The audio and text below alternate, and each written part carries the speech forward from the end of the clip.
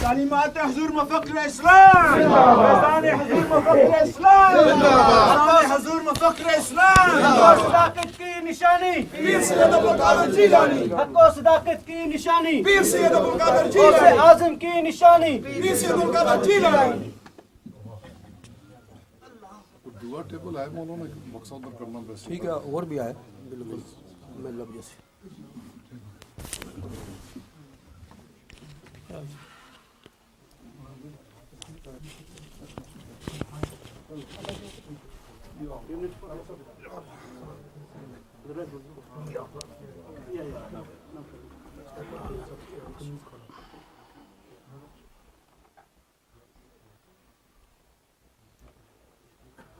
جیسے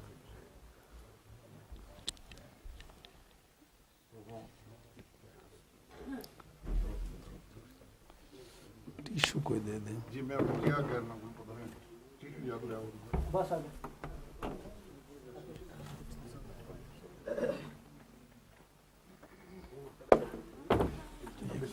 اٹھا کے وہاں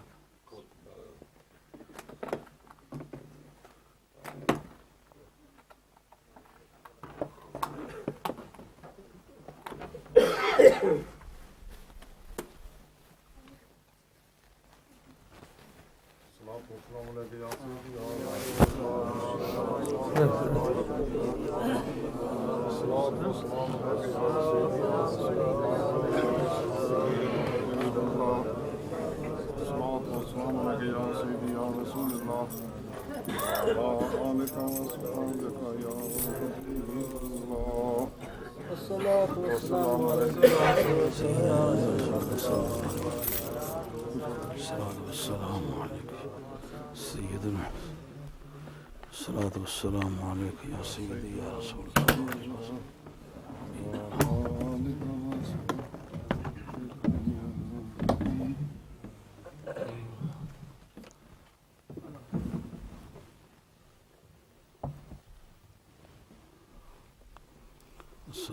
السلام علیکم یا سیدی یا رسول اللہ.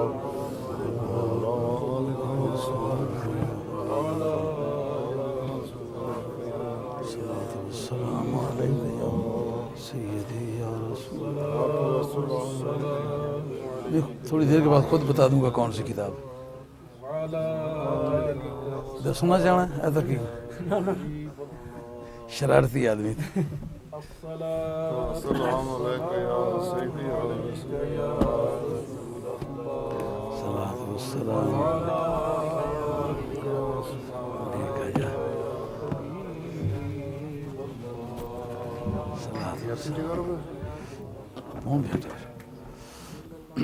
قرآن مجید لکھ دے دے. قرآن مجید لکھ دے دے.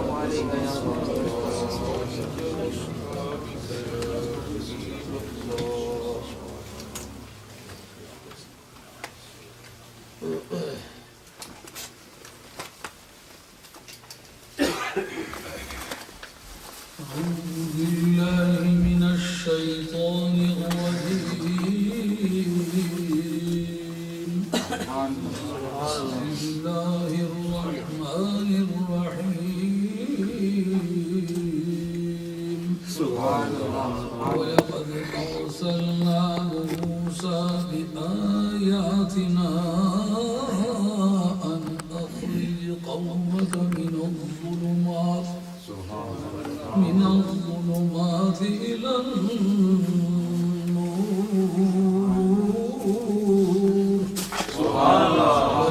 وذكرهم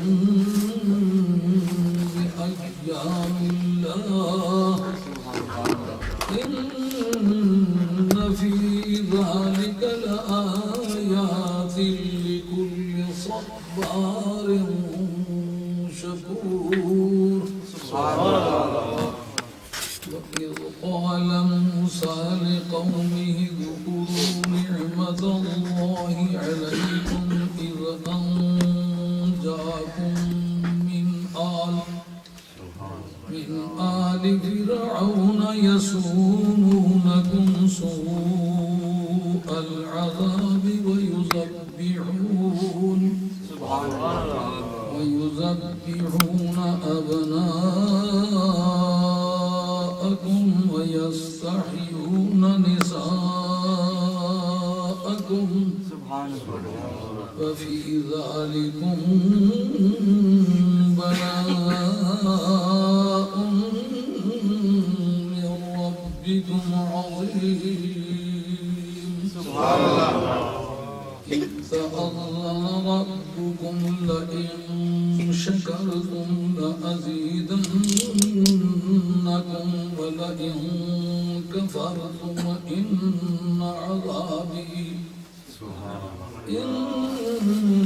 عذابي لشديد. وقال بعد واذكروا آلاء الله لعلكم تفلحون. صدق الله مولانا العظيم وبلغنا رسوله النبي الكريم ونحن ولا ذلك من الشاهدين والشاكرين والحمد لله رب العالمين.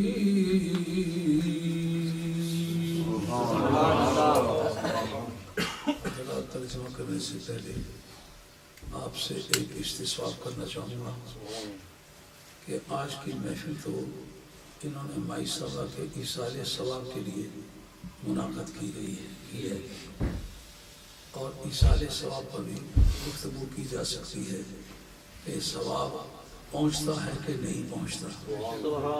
ثواب پہنچنے کی بحث اس رخ سے ہے کیا ایک آدمی کے وہ اعمال جو اس کے نہ کرتا ہے اس نے خود نہیں کی کوئی دوسرا کر کے ان کا اجر اس کو ٹرانسفر کرنا چاہے تو کیا ہو سکتے ہیں کہ نہیں, یہ بحث ہے. اگر یہ چاہو تو اس پر گفتگو کرتے ہیں. ویسے اس وقت ہمارا پروگرام چل رہا ہے وہ اس پر چل رہا ہے کہ 2 دن ہم نے منائے ہیں. ایک حضرت نبی کریم علیہ السلام کا ربیع الاول شریف منایا ہے, میلاد کے نام سے ہم نے دن منائے ہیں, اور ایک سرکار بغداد رضی اللہ تعالیٰ عنہ کی 11ویں کے نام سے ربیع الثانی کے دن منائے ہیں. تو لوگوں کو اس پر اعتراض ہے کہ کیا دن منانا, دن مقرر کرنا اور اس میں کچھ برکت کا احساس کرنا یا اس کے منانے میں ثواب کی امید کرنا, کیا یہ درست ہے؟ پھر اس سلسلے خاص طور پر میاں صاحب رحمۃ اللہ علیہ آپ سے کھڑی کو ٹارگٹ بنایا گیا ہے کہ میاں صاحب نے حضرت غوث الثقلین کی شان میں بہت مبالغے کیے ہیں جن کا سچائی سے کوئی تعلق نہیں, اور کتاب اللہ اور سنت رسول اللہ صلی اللہ علیہ وسلم میں اس کا کوئی ثبوت نہیں.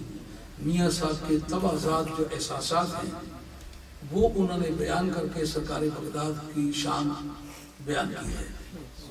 تو آپ کو میں یہ عرض کر دوں کہ جس آدمی نے بھرپور طریقے سے وہابیہ کا رد کیا ہے وہ یا خواجہ خواجگان سید السادات سید پیر ملی صدر بولوی ہیں یا بریلی کے شہنشاہ اعلیٰ حضرت فاضل بریلوی رحمۃ اللہ علیہ. مگر یہ دونوں اس وقت پیدا ہی نہیں ہوئے تھے جس وقت اس مرد خدا نے جس کا نام میاں صاحب ہے سب سے پہلی جو وہابیت کے رد میں کتاب لکھی ہے وہ میاں صاحب عارف کھڑی نہیں تھی۔ اس وقت علماء کو اس کا احساس ہی نہیں تھا کہ کوئی اس طرح کا طبقہ پیدا ہو رہا ہے یا ہو چکا ہے یا اس طرح کے عقائد پھیل رہے ہیں۔ ہمارے وہ اہل سنت کے عقائد سے کس حد تک مختلف ہیں۔ اس کی وجہ یہ نہیں کہ باقی لوگ نادان تھے، نہیں، باقی لوگ بڑے حساس تھے ان سے پہلے، جنہوں نے میاں صاحب کو بھی پڑھایا تھا، وہ لوگ بھی موجود تھے۔ لیکن یہ مقدر کی بات ہوتی ہے، کوئی کام کرنا یہ نہیں کہنا ممکن کہ اعلیٰ حضرت فاضل بریلوی رحمۃ اللہ علیہ کو استاد کوئی نہیں تھے، لیکن کام اگر ان کے نصیبوں میں لکھا ہوا تھا انہوں نے کیا۔ یہ نہیں کہا جا سکتا کہ خواجہ گولوی رحمۃ اللہ علیہ کے احساس تھا اور پیران طریقت میں کوئی اس بات کا اہل نہیں تھا، یقیناً وہ اہل تھے، مگر مقدر کی بات ہے۔ تو میاں صاحب رحمۃ اللہ علیہ کے سیف الملوک کو یہ سمجھنا کہ وہ محض ایک جذباتیت کا مجموعہ ہے، نہیں، کتاب اللہ و سنت رسول اللہ کی روشنی میں ان کو پرکھا جا سکتا ہے۔ غالباً آج سے 25-26 برس پہلے جب پورے ملک میں چند ایک مفتی یہاں پیدا ہوئے تھے جنہوں نے کہا تھا کہ حضرت میاں صاحب رحمۃ اللہ بکواسیں کی ہیں، یہ بات انہوں نے تحریر میں لکھی تھی، اور لوگوں کی شان میں بھی انہوں نے بہت بری بری باتیں کی تھی۔ علامہ اقبال مرحوم کے متعلق بھی کہا تھا اس کا ہندوانہ عقیدہ تھا۔ کاظمی صاحب رحمۃ اللہ علیہ کے بارے میں بھی انہوں نے اس طرح کی گھٹیا باتیں کی تھی۔ بابا بندیالوی صاحب کے بارے میں بھی انہوں نے ایسی حسق آمیز باتیں کی تھی۔ پیر کرم شاہ صاحب رحمۃ اللہ علیہ کے بارے میں بھی انہوں نے ایسی حسق آمیز باتیں کی تھی، مگر کسی نے نوٹس نہ لیا۔ جس وقت انہوں نے میاں صاحب رحمۃ اللہ علیہ تک اپنے قلم کو پہنچایا، اس وقت دوستوں نے مجھے ساری امداد سنائی، مجھے نہیں پتا تھا کہ انہوں نے یہ باتیں لکھی۔ میں نے کہا باقی سلاسل کے لوگ جو ہیں وہ اپنے خاندان کے بزرگوں کو پروٹیکٹ کریں۔ میاں صاحب رحمۃ اللہ میرے سلسلے کے آدمی، میاں صاحب کا میں وکیل، اگرچہ میں صاحب کو پوری طرح سے جاننے کا مدعی نہیں ہوں، جس کو ماننے کا اور اس سے پیار کرنے کا مدعی ہوں، لیکن کوئی آدمی ہاتھ رکھے تو اس کی جواب دہی کرے۔ آپ دیکھیں گے کہ میں جواب دہی کرنے کی پوزیشن میں ہوں۔ پھر اس وقت میں نے ایک کانفرنس رکھی تھی میاں صاحب عارف کھڑی کے نام سے، جس میں تمام سیف الملوک پڑھنے والے علماء کرام کو بھی دعوت دی تھی اور یہ سیف الملوک پڑھنے والے نعت خانوں کو بھی دعوت دی تھی۔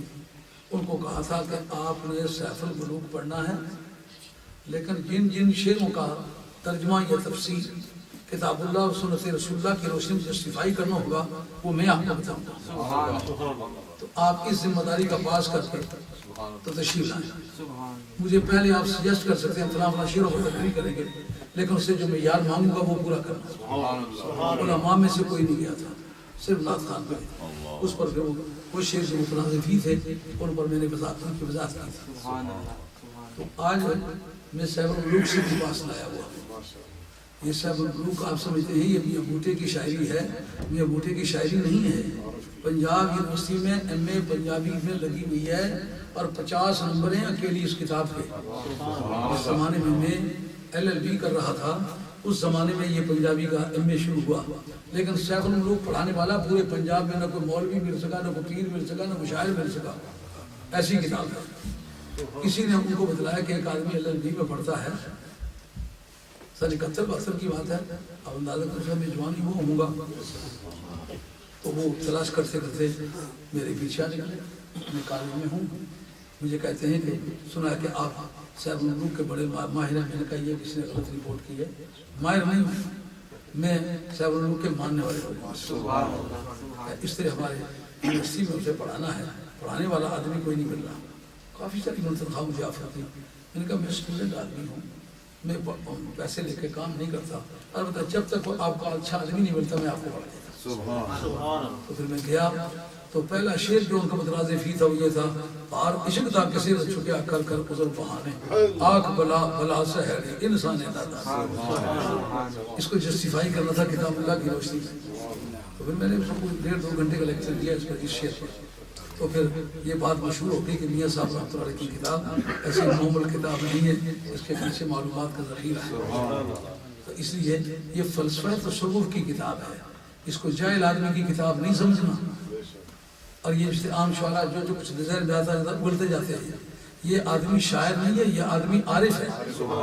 شاعر اپنے شعور کا ترجمہ کرتا ہے، عارف اپنے مشاہدے کا ترجمہ کرتا ہے، یہ فرق ہوتا ہے۔ یہ عارف کا کلام، یہ فارسی لکھنے والے بے شمار ہیں، لیکن عارف رومی کو عارف بنا دیا۔ اس لیے صوفیہ کہتے ہیں، صوفیوں کا جھگڑا پڑے تو صوفیوں کا مفتی عارف رومی ہے۔ اب آپ مجھے سوچ کے بتلائیں کہ میں اس وقت ایصال ثواب پر گفتگو کروں، علماء کرام میں شامل ہیں، آپ سے بھی کہتا ہوں ایصال ثواب پر چاہتے ہیں تو اس پر گفتگو کرتا ہوں، اور اگر چاہتے ہیں تو یہ مضامین کہ یہ ربیع الاول ہم نے کیوں منایا، ربیع ثانی کیوں منایا، دن کے منانے کا ہمارے پاس کیا جواز ہے، اور میاں صاحب رحمۃ اللہ علیہ جو حضرت محسوس قرین کے بارے میں باتیں کی ہیں کیا ان کو جسٹیفائی کیا جا سکتا ہے؟ ان مضامین میں سے آپ سوچ کے بتلائیں کون سا آپ بتا دیں۔ اس کا معنی تو یہ ہوگا جو میں رٹ کے لایا وہ آپ کو بتا دوں، کوئی تیسرا مضمون بھی آپ مجھے دے دیں تو میں اس وقت لیکن اس بارے میں کافی ضرورت محسوس ہوئی ہے۔ حضرت ایصال ثواب پر آپ کا خطاب ریڈ فورڈ میں تفصیلی ہے، آج اگر آخر ایک تو نہیں واقعی ہوئے تفصیلی، اور اگر اس پر بھی ضرورت پڑے تو بس نئی تفصیلات میرے پاس ہیں، یہ الحمدللہ مجھے یاد رہتا ہے میں نے کہاں کیا کہا تھا۔ آج سے 40 برس پہلے جو کہیں تقریر کی ہے نا، اس کا کم بیش مطلب مجھے یاد ہے میں نے کیا کہا تھا، کیونکہ مجھے پتا ہے میں سید فیملی کا آدمی ہوں، سیدوں کا صرفہ کسی نے نہیں کرنا، مولانا سے اگر کوئی غلطی ہو جائے تو مولانا لوگ اس کو معاف کرتے ہیں، سیدوں سے کوئی کمی بیشی ہو جائے تو سیدوں کو معاف نہیں کرتے، اس لیے مجھے پہلی تاریخ سے ہی اپنا سامان باندھ کے رکھنا پڑا ہے، اس بات کی مجھے کوئی پرواہ نہیں، ساری زندگی جو اسی میں گزری ہے۔ تو آپ اس کا مطلب یہ ہے کہ آپ کی رائے یہ ہے کہ یہ دوسرے مضامین جو پیش کیے ہیں ان کی گفتگو دیجیے اب تک۔ اللہ تعالیٰ توفیق عطا فرمائے۔ اعوذ باللہ من الشیطان الرجیم، بسم اللہ الرحمن الرحیم۔ اللہ کریم فرماتے ہیں وَلَقَدْ أَرْسَلْنَا مُوسَىٰ بِآيَاتِنَا، البتہ تحقیق ہم نے موسیٰ علیہ السلام کو اپنی نشانیاں دے کے بھیجا۔ متکلم کے بعد متکلم ضمیر اپنے کے معنی دیتی ہے، ان تفصیل یہ ہے کیا اس کا معنی یہ ہے ارسال کے اندر معنی قول موجود ہے، معنی قول کو متضمن ہے، اس لیے ان سے اس کی تفسیر کرنا درست ہے، یعنی ہم نے موسیٰ علیہ السلام کو نشانیاں دے کے بھیجا، یعنی یہ کہہ کے بھیجا، متضمن کے معنی یہ ہے اخرج قوم کا من الظلمات الی النور، اپنی قوم کو تاریکیوں سے روشنی کی طرف نکالا، ان کو اندھیروں سے نجات دو اور روشنی کی طرف انہیں پہنچاؤ۔ جو اخرج قوم کا من الظلمات، من ابتدائی اور الہ انتہائیہ ہو تو پھر الہ کے بعد منزل آیا کرتی ہے، یعنی تم اس منزل پہ پہنچاؤ کہ جو روشنی ہی روشنی ہے۔ وَذَكِّرْهُمْ بِأَيَّامِ اللَّهِ، اور انہیں اللہ کے دنوں کی یاد دلاؤ۔ ان فی ذلک لآیات لکل صبار شکور، بلا شبہ اس میں یعنی آپ کے انہیں اللہ کے دن یاد دلانے میں، ذالکہ کا مشابہ ہے اس بارے میں، یعنی آپ کا جو انہیں اللہ کے دن یاد دلانا ہے اس میں کیا ہے، آیات بہت ساری نشانیاں، لکل صبار شکور، ہر بہت صبر کرنے والے کے لیے اور ہر بہت شکر گزار کے لیے۔ ذکرہم بایام اللہ کے بعد یہ کہنا اس سے تفسیر پر اثر پڑتا ہے، جو میں گاہ بگاہ آپ کو کہا کرتا ہوں کہ خواتین آیات کا پورے متن آیت پر اثر ہوتا ہے، یہ وہ راز ہے۔ ابھی تھوڑی دیر کے بعد جب کھولیں گے آپ کا ذہن مطمئن ہو جائے گا، کیونکہ اس میں ابہام ہے۔ اس سے مراد نعمت کے دن ہے کہ نکمت کے دن ہے، اللہ تبارک تعالیٰ کی عطا کے دن مراد ہیں یا اللہ تعالیٰ کی طرف سے سزا کے دن مراد ہیں، اس کا فیصلہ کل صبار شکور کرے گا انشاءاللہ۔ وَإِذْ قَالَ مُوسَىٰ لِقَوْمِهِ، وہ وقت بھی اے پیارے آپ یاد کریں جس وقت انہوں نے اپنی قوم سے کہا، کیا کہا، اذکروا نعمت اللہ علیکم، یعنی جو بات رب نے ان سے کہی تھی نا اس کام کو انہوں نے شروع کیا ہے۔ تعمیل حکم سے پتہ چلتا ہے کہ حکم کے معنی کیا تھا۔ پیغمبر کو جو سمجھنے کا مزاج رب نے دیا وہ کسی اور کو تو نہیں دیا، اس سے تعین ہو جائے گا نا کہ اس سے نعمت کے دن مراد ہے یا نعمت کے دن مراد ہے یا دونوں طرح کے دن مراد ہے. یہ کہنا کہ اے میری قوم اللہ کی وہ نعمتیں تم یاد کرو جو اللہ تعالیٰ نے تم پر نازل فرمائی. اللہ تعالیٰ کی وہ نعمتیں، اس سے مراد وہ نعمت کے دن ہے. اذ انجاکم، ساتھ ہی یہ بدل اشتمال ہے جناب، اللہ کی نعمتوں میں سے ایک نعمت. عربی زبان میں بدل اشتمال اس کو کہتے ہیں کہ ایک لفظ کی وضاحت کے لیے بالفاظ دیگر، to be more precise جس کو آپ کہتے ہیں، اس کا اپوزیٹو کہتے ہیں انگریزی میں. بدل اشتمال کا یہ معنی جو پہلے بات گزر چکی ہے نا، اس کے اندر بہت سارے معنی پائے گئے، ان میں سے ایک معنی یہ بھی ہے، یہ بدل اشتمال کا، یعنی یہ سارے معنی نہیں ہیں، ان میں سے بعض معنی یہ ہیں کہ اذ انجاکم من آل فرعون، جس وقت تمہیں فرعون کی قوم سے اللہ نے نجات عطا فرمائی. از انجا کے بعد یسومون کے درمیان واو آنی چاہیے، کیوں نہیں آئی؟ جب معنی میں مغایرت نہ ہو، یعنی دو معنی الگ الگ نہ ہو، واو نہیں آیا کرتی. جو معنی از انجاکم کے ہے نا، وہی معنی یسومونکم سوء العذاب ہے کہ تمہیں وہ بدترین عذاب چکھایا کرتے تھے. وَيُذَبِّحُونَ أَبْنَاءَكُمْ، اور تمہارے بیٹوں کو وہ ذبح کیا کرتے تھے. وَيَسْتَحْيُونَ نِسَاءَكُمْ، نساء امرأتن کی خلاف القیاس جمع ہے، عورتوں کو قتل نہیں کرتے تھے، چھوٹی بچیوں کو، فیمیل بیبیز کو قتل کرتے تھے اور وہ بچاتے تھے. لیکن ان کو نساء کیوں کہا؟ باعتبار ما یعول علیہ کے، یعنی جس پر چڑھ کے انجام پانا ہے. جیسا کہ آپ ایک بچے کو دودھ پیتا دیکھیں کہ یہ بڑا فرسٹ کلاس جوان ہے، تو اب وہ جوان نہیں ہے، لیکن آخر انجام پر چل کے اسے جوان ہونا ہے. اس طرح کی تعبیر کو کہتے ہیں باعتبار ما یعول الیہ. وفی ذالکم، اور اس بارے میں، اب ذالکم کا مشار علیہ اگر ہو اذکروا نعمت اللہ علیکم، تو اس کے معنی ہے اس بارے میں تمہارے رب کی طرف سے بہت بڑا فضل تھا، بہت بڑی نعمت تھی. اور اگر اس سے مراد اذ انجاکم یسومونکم سوء العذاب اس کا مشار علیہ ہو، تو اس کے معنی ہے کہ اس بارے میں تمہارے رب کی طرف سے بڑی آزمائش تھی. اس لیے دونوں ترجمے جنہوں نے کیے ہیں، بلا کا ترجمہ نعمت کیا وہ بھی حق پر ہے، جنہوں نے بلا کا معنی آزمائش اور مصیبت کیا وہ بھی حق پر ہے، کیونکہ ایام دو طرح کے، یہ نعمت کے بھی ہے اور نقمت کے بھی ہے. اللہ تعالیٰ کی عطا کے بھی ہیں اور اللہ تعالیٰ کی طرف سے نازل ہونے کی سزا کے دن بھی ہیں. اس لیے یہ دونوں معنی درست ہیں. اب اس کا ایک الفاظ دیگر کنکلوژن دیا جا رہا ہے. وَإِذْ تَأْذَنَ رَبُّكُمْ لَئِن شَكَرْتُمْ، وہ وقت یاد کرو جس وقت تمہارے پروردگار نے یہ بات بتا دی کہ لَئِن شَكَرْتُمْ، کہ اگر تم شکریہ ادا کرو گے. کہنا اوپر نعمتوں کے دن مراد ہیں تو پھر ان کا ذکر شکریہ ہوگا نا. اس سے پھر کیا نتیجہ نکلے گا؟ اگر وہ دن مناؤ گے تو تمہاری نعمتوں میں اضافہ کرے گا. سمجھ آ رہی ہے نہیں آ رہی؟ اگر اس میں آپ نے 3-4 لیکچر پہلے سن لیے ہوئے ہیں، آج نئی باتیں آپ کو ملے تو پھر ماننا پڑے گا. ستاروں سے آگے جہاں اور بھی ہیں، ابھی عشق کے امتحان اور بھی ہیں. وَلَئِن كَفَرْتُمْ، اس جگہ جس چیز کا ذکر شکریہ ہو، آگے جو اسماء متضادہ ہوتے ہیں جب آمنے سامنے آ جائیں تو اسی کی ضد مراد ہوتی ہے. یعنی ان دنوں کا منانا اگر شکریہ ہے تو ان دنوں کا نہ منانا یہ کفران نعمت ہے.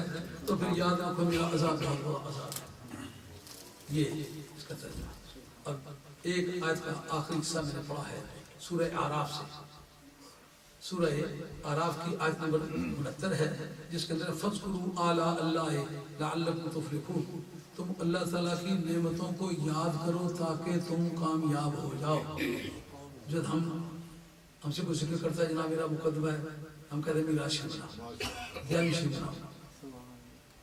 اس کا کیا تعلق بنتا ہے کہ وہ گیارہویں شریف کرانے سے، سرکار کا میلاد پاک منانے سے وہ مصیبت ٹل جائے گا؟ یہ لکھا ہوا سورہ اعراف کی جو آیت پیش کی ہے فَاذْكُرُوا آلَاءَ اللَّهِ، تم اللہ تعالیٰ کی نعمتوں کو یاد کرو تاکہ تم پاس ہو جاؤ، تاکہ تم کامیاب ہو جاؤ. اب سرکار کی ذات پاک کا میلاد جو وہ بھی اللہ کی نعمت ہے. اور حضرت غوث الثقلین جس طرح سرکار کے تشریف لانے سے پہلے پورے زمانے میں دھوم مچ گئی تھی کہ ہے چمن میں آنے والا، اے صبا ایک بستے ناز، ہر کلی می نہ رہے، ہر پھول پیمانہ بنے، انبیاء علیہ السلام کی سبوں میں چل ہے، سیدہ حاجرہ، سیدہ آسیہ، سیدہ مریم اپنی اپنی بارگاہوں سے اٹھ کے حضرت سیدہ عالم علیہ السلام میلاد کے موقع پر آ کے موجود ہوتی ہیں۔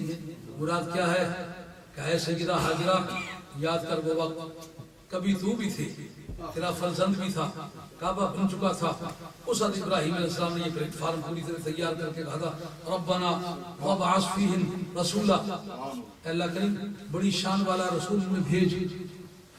اب بیست کی دعا مانگی ہے نا، میں میلاد پر استدلال کر رہا ہوں، اگر تعبیراً اس سے بیست مراد ہے تو تضمناً اس سے میلاد مراد ہے، کیوں کہ میلاد سے پہلے تو بیست نہیں ہوتی نا، جس نے بیست کی دعا مانگی ہے اسی نے میلاد کی دعا مانگی ہے۔ کہتے ہیں اقتضاء النص، اقتضاء النص، یہ روٹی کھلاؤ، کوئی آٹا گوندنے لگے، انہوں نے کہا میں کہتا روٹی کھلاؤ، آٹا گوند دیو، انہوں نے کہا لفظوں میں تو ہے روٹی کھلاؤ، لیکن تضمناً اقتضاء میں یہ بات شامل ہے کہ آٹا گوندے بغیر اگر آٹا پھانک لیتے ہیں پھر تو کھلائی جاتے ہو، کھلائی دوں آپ کو، لیکن یہ پہلے آٹا گوندے گا پھر پکے گا پھر کھلائیں گے، تو جس نے کہا روٹی کھلاؤ اسی نے کہا ہے آٹا گوندو، جس نے کہا ہے اس کو بھیجو اسی نے کہا ہے کہ اللہ کریم اس کو پیدا فرما۔ میلاد کی دعا بھی تیرے میاں نے مانگی تھی، آج وہ دن دیکھ، آج شہر بھی وہی ہے، بندہ بھی وہی ہے، جس کے بھیجنے کی اس نے دعا مانگی تھی، اب اس دعا کی قبولیت کا پہلی سیڑھی ہے۔ اب جو حضرت ابراہیم علیہ السلام کی دعا کا تو قائل ہو لیکن حضرت سیدہ عالم علیہ السلام کے میلاد کا قائل نہ ہو، اس کا مطلب یہ ہے کہ اصل معنی و مراد کو سمجھنے کا عادی نہیں ہے۔ جس نے بیست کی دعا مانگی تھی اسی نے میلاد کی دعا مانگی تھی۔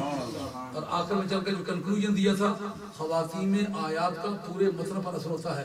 انکا انت العزیز الحکیم کیوں کہا؟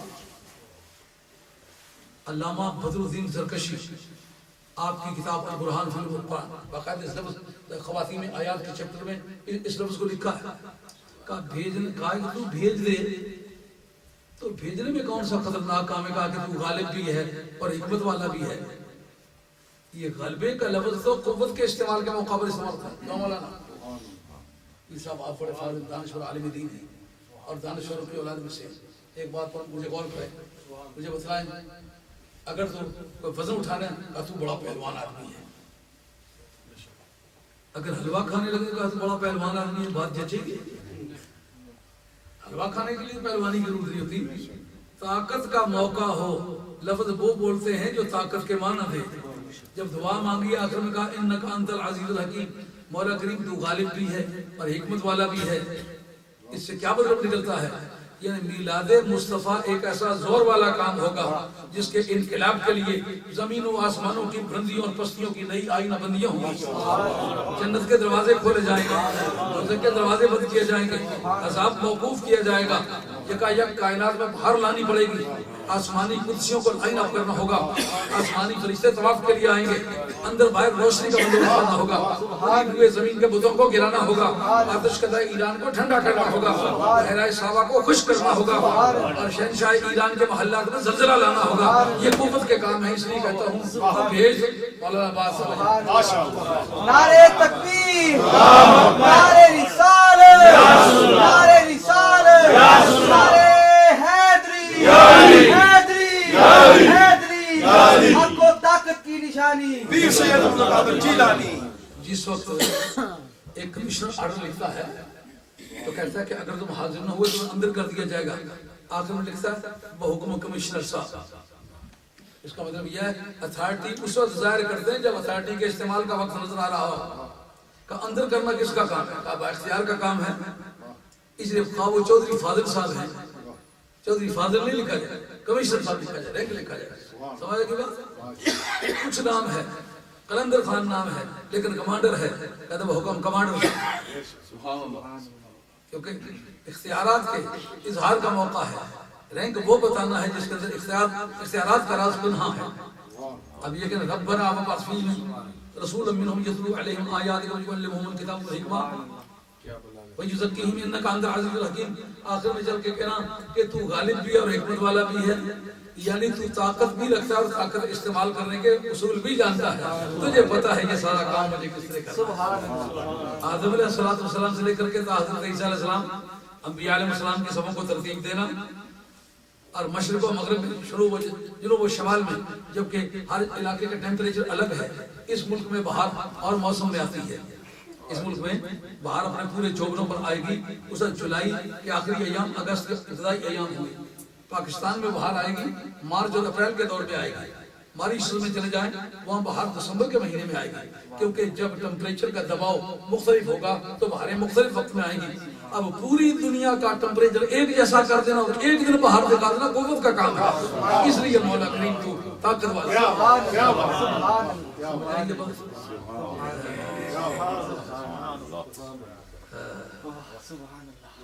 خدا جانتا ہے قرآن کے سمجھنے میں جس کا اپنی نادانی کا احساس ہوا ہے، اتنا اور کسی بھی سلسلے میں اپنی نادانی کا احساس نہیں ہوا. جو آگے چلتے ہیں پتہ چلتا ہے معلوم ہم شد کہ ہیج معلوم ہے. اب پتہ چلا کہ کچھ نہیں پتہ چلا. یہ راضی زندگی ہے. تو سرکار تاجدار مدینہ علیہ السلام کا دنیا میں بھیجا جانا یہ بھی تو انعام ہوا. اس لیے اس دن کا منانا تو عثمانی میں ہوا. اب سرکار غوث پاک زمرہ ہے اولیاء اللہ میں میری اصطلاح کے مطابق جس کو ہر زمرے نے الگ تواتر ذکر کیا ہے. قادریوں نے، چشتیوں نے، نقش بندیوں نے، سور وردیوں نے، شاذلیوں نے، بدویوں نے، زنجانیوں نے، خلوتیوں نے، شتاریہ نے، درکاویہ نے، زندراویہ نے، قبرویہ نے، غلامتیہ نے، عویسیہ نے اور دیگر سلاسلے جو اولیاء اللہ ہمیں معلوم نہیں ہو سکے. اگر ان کے بارے میں دریافت کی جائے تو یہ بات یقیناً نکلے گی، کیونکہ اکابر نے جب یہ بات تسلیم کیا انہوں نے بھی کی ہوگی. کیا کہ سرکار بغداد رضی اللہ عنہ آمد کے موقع پر شور ہے پوری دنیا میں. اولیاء اللہ کہتے ہیں وہ جوان آ رہا ہے جس کا قدم ولیوں کے کاندھے پر ہوگا، ولیوں کے سروں پر ہوگا، وہ پیدا ہونے والا ہے. اب جو یہ کہتا ہے یہ شخصیات میں سے ہے. سرکار بغداد رضی اللہ عنہ نے عالم جذبی میں یہ بات کہی ہے. جذبیت کا عالم تو لمحے بھر کے لیے، آدھے گھنٹے کے لیے، گھنٹے کے لیے، ساری زندگی کے تو نہیں ہوتا. سرکار بغداد نہیں کہہ سکتے میرے عالم جذبی میں یہ بات کہی ہے. انہوں نے تو عالم جذبی میں کہی ہوگی. حضرت امام ربانی مجد الثانی شیخ احمد رضی اللہ عنہ نے تو عالم جذبی میں یہ بات نہیں کہی. یہ میرے پاس ان کی کتاب موجود ہے. ابھی یہ ساتھی جاتا تو پیچھے سے دیکھو کیا ہے. یہ دیکھ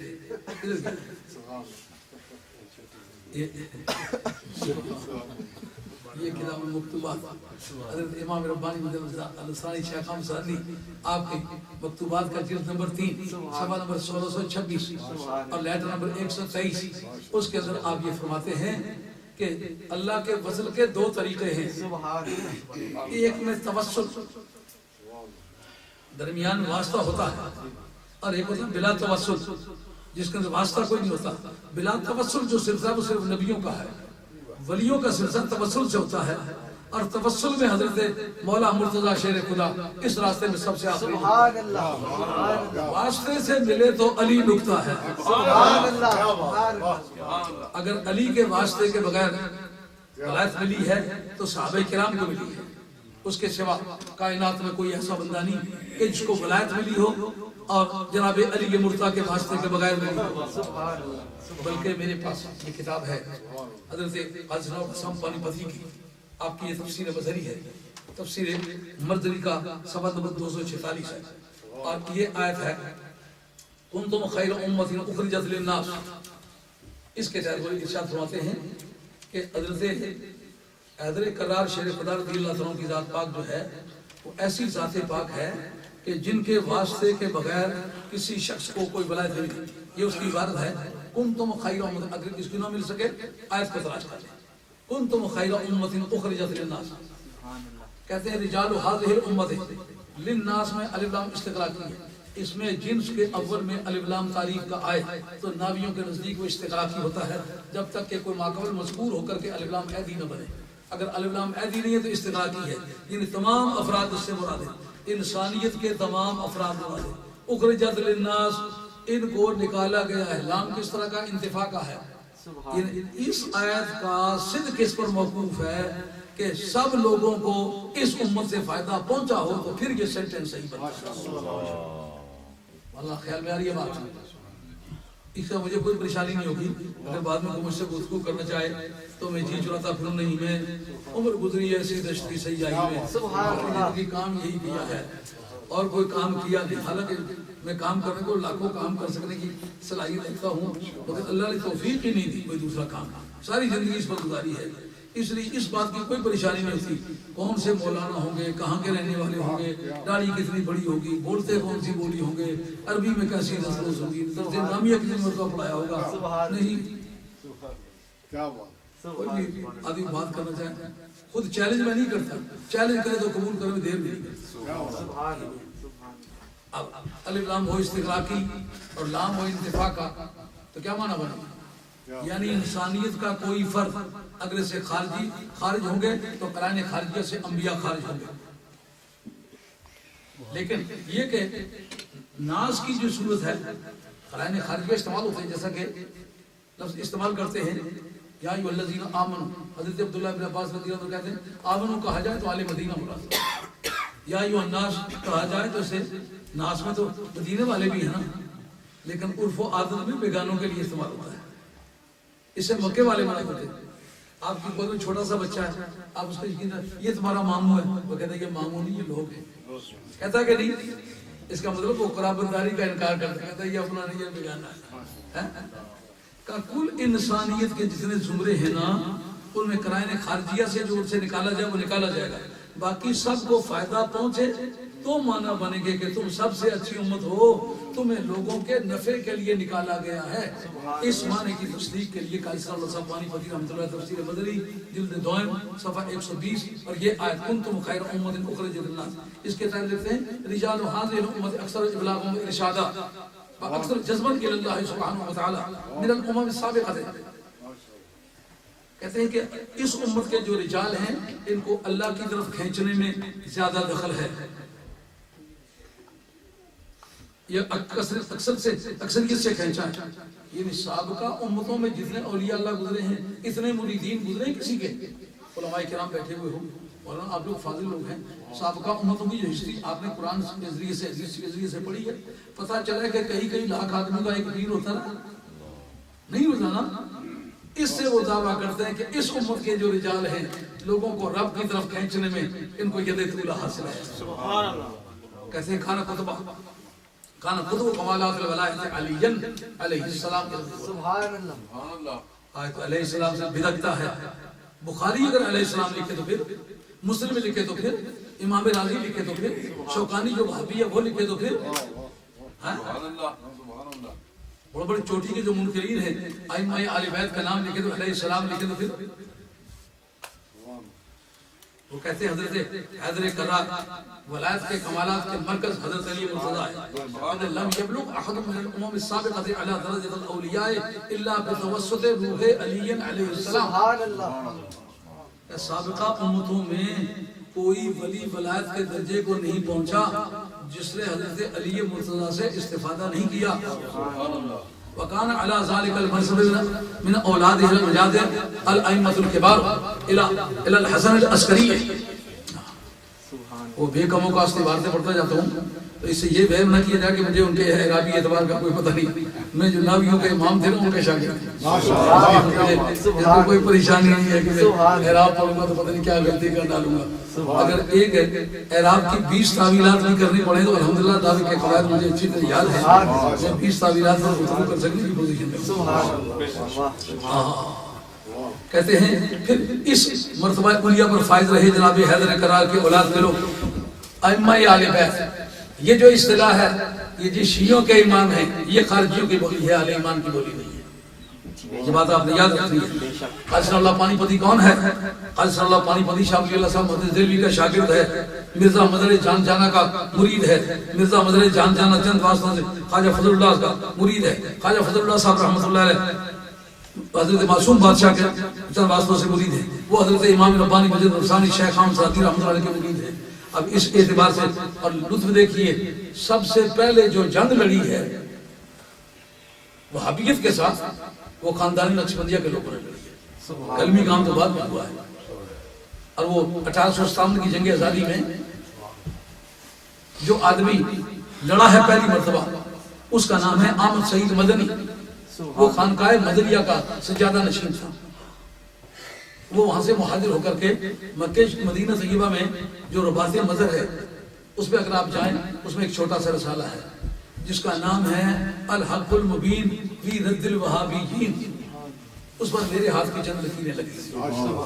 اس میں وہ لکھتے ہیں کہ این آنکھے از قیام بس سلسلہ سلام بحضور سید انام مانے میں آئند ای وابیان از دیدنے روئے ایشاں پرہیز باعث نمود زیرا کہ از دیدنے روئے ایشاں ایمان ضائع بیشمہ. یہ احمد سعید مدنی کا بیان ہے. احمد سعید مدنی جو ہیں یہ خواجہ دوست محمد قنداری رحمۃ اللہ علیہ کے مرشد پاک ہیں اور خواجہ دوست محمد قنداری جو ہیں مقتدی شریف کے بانی وہ ہیں. ان کے شاگرد خواجہ عثمان دامانی رحمۃ اللہ علیہ. خواجہ عثمان دامانی کی کتاب میری اس وقت اس بریف کیس میں اس کے اندر کچھ چند معمولات میں جو روزانہ کرتا ہوں اس کے اندر انہوں نے وہ تفصیلات ذکر کی ہیں. اور خواجہ دوست محمد قنداری جو خواجہ عثمان دامانی جو ہیں ان کے مرید بھی تھے اور خلیفہ تھے حسین علی وہاں پچری. اور حسین علی صاحب وہاں پچری جو ہیں یہ استاد تھے اور مرشد تھے مولوی غلام خان صاحب پنڈی والوں کے. یہ سلسلہ پیچھے جنہوں نے وہابیت کا رد کیا ہے ان کا ہے اور آگے اسی سلسلے کے مرید جو ہیں اس پہ مشن کی دوبارہ خدمت کرنے لگے ہیں. تو انہوں نے یہ کتاب لکھی تھی اور یہ سلسلہ تعلیمات ادھر سے چلا رہا ہے. اس سلسلے کا ایک ہیڈ آف دی ڈپارٹمنٹ ہے جس کا نام ہے قاضی صلی اللہ صاحب پانی فضل. انہوں نے کیا کہا ائمہ آل بیت سے ولایت ملی ہے تمام اولیاء اللہ کے زمروں کو. کیوں جناب اگر وہ شیعہ کے امام ہوتے تو شیعہ میں ولایت کا عقیدہ کوئی مسلمان رکھتا ہے؟ ہم نے تو شیعہ کی تاریخ میں پڑھا کوئی ولی نہیں گزرا آئندہ قیامت تک ولی ہو سکتا نہیں. اس لیے کہ جن جن ولیوں کے وہ نام لیتے ہیں مثلا نام لیتے بری شاہ نصیب شیعہ تھے. اب وہ مرید حضرت خواجہ مقیم شاہ بادشاہ رحمۃ اللہ علیہ کے کھڑی والی سرکار کے پیر بھائی ہیں. اب حضرت مقیم شاہ صاحب رحمۃ اللہ علیہ بغداد شہنشاہ جیلان کے پوتے ہیں. ان کا وہی عقیدہ ہوگا جو غوث پاک کا ہے تو پھر ان کا عقیدہ دوسروں والا کیسے ہو سکتا ہے؟ یا نام لیتے ہیں حضرت جزی لال شہباز قلندر رحمۃ اللہ علیہ کا وہ قادری ہیں. اب جب قادری کا بم گرتا ہے تو سارے معاملے صاف ہو جاتے ہیں. یہ کہنا کسی طرح ممکن نہیں ہے. وہ قادری بھی تھا اور پھر شیعہ بھی تھا. نہیں قادری ہو کے ولی تھا شیعہ ہو کے ولی نہیں تھا.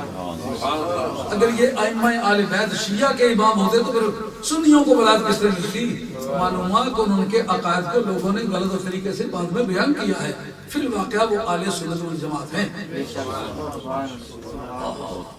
تو قاضی صاحب رحمۃ اللہ علیہ کہتے ہیں کہ یہ جو ولایت کا سلسلہ ہے اس کے بانی حضرت والی حضرت مولا مرتضیٰ ہے اور تمام حضرت صدیق اکبر رضی اللہ عنہ کی اولاد میں فاروق اعظم کی اولاد میں عثمان غنی کی اولاد میں تمام صحابہ کی اولاد میں قادریوں میں چشتیوں میں نقشبندیوں میں سہروردیوں میں کسی میں بھی ولایت حضرت علی مرتضیٰ کے بغیر نہیں گئی. اور یہ بات اسماعیل دھیلوی نے اپنی صراط مستقیم کے اندر بھی لکھی ہے کہ از ابتدائی آفرین اشتاب قیام قیامت غوثیت و قطبیت و ابدالیت و روح وابستہ علی مرتضیٰ سے ولایت وابستہ ہے. تو بتائیں اب پوری کائنات میں جو ہدایت کا سلسلہ چل رہا ہے اس میں علماء کے ذریعے سے بھی چل رہا ہے اور اولیاء کے ذریعے سے بھی چل رہا ہے. لیکن فرق اس پر غور کریں. ہدی للمتقین کی تفسیر میں امام نصفی کا مذہب وہ کہتے ہیں جب قرآن مجید کو کہا کہ ذالک الکتاب لا ریب فیہ یہ کتاب جو ہے اس میں کوئی شک و شبہ نہیں. آگے کہاں ہدی للمتقین خدا ترکیب میں کیا واقع ہوا ہے؟ حال واقع ہوا ہے. حال مصدر ہے تو مصدر حال واقع ہو سکتا ہے. کونہ منتقلا مشتقا یغلب ولیس مستحقا یہ الفیہ ابن مالک ہے. کہتا اکثر ایسا ہوتا ہے مشتق ہوتا ہے لیکن کبھی مصدر اور جامد بھی حال بن جاتا ہے. اس کی آیت بتاؤ یہ حال ہے لیکن اس میں تعویل کرنا پڑتا ہے. تعویل کیا ہے؟ ہادین للمتقین. متقین کی تفسیر جمہور مفسرین کے نزدیک کیا ہے؟ کیسے مراد اولیاء اللہ ہے. کیا مطلب؟ حال ہے تعلیلیہ علت بیان کرتا ہے کہ قرآن مجید کے اندر شک نہ ہونے کا ہمارے پاس ثبوت کیا ہے؟ کا ثبوت یہ ہے کہ یہ جو منزل پر پہنچے ہوئے نا ولی اس قرآن نے بنائے ہیں. اگر یہ قرآن سچا نہ ہوتا تو ان کا ولی کس طرح ہوتا؟ اس کا حاصل کلام کیا ٹھہرے گا؟ حاصل کلام یہ ٹھہرے گا کہ جو اپنے آپ کو حق پر ثابت کرنا چاہے اس کے لیے یہ کافی نہیں ہوگا کہ وہ کہے ہمارے مولوی بہت سارے مولوی تو مرزائیوں کے بھی ہیں, مولوی تو یہودیوں کے بھی ہیں, علم تو ان کے پاس بھی ہے, کہا وہ بڑے بڑا علم رکھتے ہیں. تمہیں یہ یاد رہنا چاہیے ان العلم یجتمع مع الکفر والولایۃ لا تجتمع. سبحان اللہ. کفر اور علم اکٹھے ہو سکتے ہیں, یہ کلیہ متباین نہیں ہے کہ جہاں علم آ جائے وہاں کفر نہیں آ سکتا. شیطان عالم بھی ہے کہ نہیں, کافر بھی ہے کہ نہیں, علماء یہود علماء بھی ہیں کہ نہیں, کافر بھی ہیں کہ نہیں, علماء نصارہ علماء بھی ہیں. میری پی ایچ ڈی کی ریسرچ میں ایک مرتبہ کہ یہودی میرا سپروائزر لگا, ٹھکا ٹھک آیتیں پڑھتا ہے, ٹھکا ٹھک حدیثیں پڑھتا ہے, بخاری کرتا ہے, لیکن ہے بے ایمان. اس کا مطلب علم اور بے ایمانی دونوں اکٹھے ہو سکتے ہیں. مرزا قادیانی عالم بھی ہے اور کافر بھی ہے. کئی اور بھی پھر رہے ہوں گے جو عالم بھی ہوں گے اور کافر بھی ہوں گے, لیکن ایک بتاؤ جس کو پوری امت نے ولی تسلیم کیا ہے وہ کافر بھی اور ولی بھی. اگر ولی ہے تو کافر نہیں ہو سکتا, کافر ہے تو ولی نہیں. اس لیے جو ہمارے سامنے اپنی ہدایت کا مدعی ہو ہم اس سے پوچھیں گے ہدایت کا ثبوت, تو کہے گا ہمارے مدرسے کا یہ یہودیوں نصرانیوں اور مرزائیوں سب کے موجود ہیں, کہا ہمارے مولوی کا یہ بھی سب میں موجود ہے, کہا ہمارا لٹریچر کا یہ بھی سب میں موجود ہے. پھر کیا نشانی ہوگی؟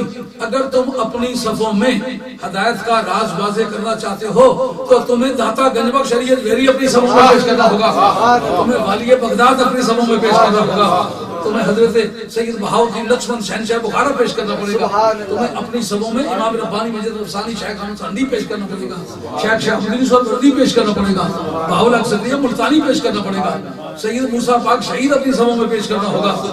اگر تم یہ چاہو کہ علم کے ذریعے سے ہدایت ثابت ہوگا, علم کو معیار ہدایت قرار ہی نہیں دیا, علم ہدایت کا جملہ میرے یاد رہے گا, شاید پتہ نہیں بولوں گا پھر دوبارہ کہیں. زندگی انسان کی ہے مانندے مرغے خوشنوا آ کے بیٹھا شاخ پر کچھ چہچہایا اڑ گیا. جملہ میرے یاد رہے گا, یہ بات یاد رکھنا. علم ہدایت کا ذریعہ ہے, خود ہدایت نہیں ہے. کراچی جانے کا ٹکٹ ہے, خود کراچی نہیں ہے. سمجھو ایسا ممکن ہے علم ہو لیکن ہدایت نہ ہو. کراچی جانے کا ٹکٹ لیے پھرتا ہے لیکن کراچی کی طرف کبھی زندگی میں منہ ہی نہیں کیا. کتنی دیر تک کراچی پہنچے گا؟ سمجھ آ گئی یہ بات؟ تو اب وہ سلسلہ کے ختم ہوتا ہے حضرت غوث الثقلین پر, اور غوث الثقلین کے سر پہ قدم ہونے کا ذکر میاں صاحب عرف کڑی نے کیا, جو لوگوں نے لے دیکھی ہے اس کو بھی پیش کرنا مناسب ہے. آپ فرماتے ہیں اتے جو درگاہ میران دے شیرا اتے نہیں پارے, میران دے سر پیر محمد واہ پیر ہمارے, پیران دے سر پیر محمد واہ پیر ہمارے. آپ قادری کہلاتے ہیں, قادری کس مناسبت سے کہلاتے ہیں؟ کہاں بیٹھے آپ؟ اصل میں وہ خاندان والے سارے بٹالہ شریف میں. ہاں وہ ہمارا خاندان ہے بھائی, فاضلیہ سلسلہ فاضلیہ. بٹالی شریف والے جو ہیں میرے ننیالوں کا خاندان, گجرات شاہ مقیم والوں کا خاندان, کشتواڑ پدراڑ والے گیلانیوں کا خاندان, اور حضرت خواجہ گولوی رحمۃ اللہ علیہ کا خاندان, اور قادر قمیس رحمۃ اللہ علیہ کا خاندان, اور شاہ کمال کیسری کا خاندان, جن کا کرتا جو کرتا سرکار بغداد نے دیا تھا, مجد صاحب کو دیا گیا تھا, وہ شاہ کمال کیسری کے ذریعے سے ملا تھا. وہ کرتا سرکار بغداد کا تھا. یہ لوگ جو ہیں حضرت والی بغداد شہنشاہ جیلانی کے چھوٹے صاحبزادے کی اولاد میں سے. ہم جو ہے سرکار بغداد کے جو بڑے صاحبزادے شاہ عبد الوہاب, ان کے پہلے بزرگ جو ہیں آئے ہیں, ان کا نام ہے شاہ محمد غوث کچی. ان کے صاحبزادے ہیں سید مبارک حقانی, عبداللہ ربانی, محمد نورانی, شاہ عبد القادر ثانی. ہم مبارک حقانی کی اولاد میں سے. ان کے صاحبزادے سید زین العابدین ناگوری, ان کے صاحبزادے شاہ محمد غوث بالا پیر, یہ اوکاڑے کے پاس آپ کا مزار ست کلا اس کا نام ہے. ان کے ساتھ شاہ عبد القادر لاہوری, ان کے صاحبزادے شاہ عبد الوہاب لاہوری, ان کے صاحبزادے سید شاہ چراغ لاہوری, ان کے صاحبزادے سید شمس الدین خان محمد لاہوری. یہ 4 مزار لاہور ہائی کورٹ میں ہمارے خاندان, ہائی کورٹ ہم سے ایکوائر کیا گیا. تو وہ فاضلیہ طریقے والے جو ہیں میرے ننیالوں کا ان کا خاندان ایک ہے، وہ شاہ عبد الرزاق صاحب رحمۃ اللہ علیہ، فاضل شاہ صاحب رحمۃ اللہ علیہ۔ تو اب جب سرکار بغداد جب گئے، سرکار بغداد کے مطلب میاں صاحب رحمۃ اللہ علیہ کہتے ہیں کتے جو درگاہ میرا دے چہرہ اتنی پارے پیرا دے سر پیر محمد والا پیر ہمارے۔ شروع میں آیا تو کھڑی شریف کے علاقے کے رہنے والے کہتے ہیں یہ پیران دے سر پیر نہیں، پیران دے سر پیر محمد۔ یہ میں آپ لکھا ہوا دکھا رہا، یہ میاں صاحب کے اپنے ہاتھ کا چھاپا ہوا یہ نسخہ ہے۔ واہ سبحان اللہ، نہیں تو شیلان چلے یہی پیران دے سر پیر جی اوپر زبر پڑی ہوئی ہے۔ اب اس سے بھی زیادہ واضح کر دوں، غوثہ کتباں دے سر میران سبحان اللہ، مبارک تریا، غوثہ کتباں دے سر میران پیر مبارک تریا، جو دربار اونا دے آیا کالی پانڈا پر۔ سبحان اللہ، سبحان اللہ، بات واضح ہوئی؟ اب میاں صاحب نے ساتھ لفظوں میں یہ بات کہہ دی کہ نہیں کہہ دی؟ غوثہ کتباں دے سر میران پیر مبارک تریا، کہنا یہ چاہتا تھا کہ سرکار دو عالم علیہ السلام کی آمد کے وقت بھی ہلچل مچی، سرکار بغداد کے آنے کے وقت بھی ہلچل مچی، اور اس وقت اس کو نعمت کس طرح شمار کرتے ہیں؟ جتنے بھی اولیاء اللہ گزرے ہیں پوری امت مسلمہ میرے مطالعے کے مطابق اتنی ایجوکیشن کا آدمی سرکار بغداد کے بعد کوئی دوسرا آدمی پیروں میں نہیں پیدا۔ آپ کہنے کے طور پر کہہ سکتے فلاں نے اتنی کتابیں فلاں، لیکن کتابوں کا مطالعہ کرنے سے پتہ چلے گا کہ غوث کے مطالعے میں اور کتابیں پڑھانے میں کتنا فرق ہے۔ پھر آپ کے نماز جنازہ میں 1,24,000 سے کم و بیش اولیاء اللہ شامل ہوئے۔ پوچھا ولایت کس سے پائی ہے، سلوک کس سے پڑھا ہے، طریقت کس سے سیکھی ہے؟ کہا غوث پاک سے۔ 1,24,000 سے کم و بیش علماء ربانی شامل ہوئے۔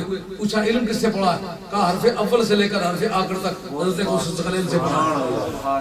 اب ایک آدمی ہو شاگرد اس کے اتنے ہوں، ایک آدمی ہو اس کے مرید ولی اتنے ہوں، امت مسلمہ میں بھی یہ غوث پاک کا ریکارڈ اس کے ساتھ۔ خواجہ غریب نواز سلطان ہند سرکار کو اللہ نے یہ عزت عطا فرمائی ہے کہ 90 لاکھ کافروں نے آپ کے دستے حق پرست پر کلمہ پڑھا، مگر اس پر کوئی روایت نہیں ملے گی کہ 1.25 لاکھ اولیاء اللہ نے آپ کے جنازے میں شرکت کی، 1.25 لاکھ علماء ربانی نے آپ کے جنازے میں شرکت کی، اور سارے کے سارے غوث پاک کے فیض یافتہ ہیں۔ انعام کی ایک اور جہت، یہ جو چاند شروع ہو جاتے ہیں ماہ رمضان کا،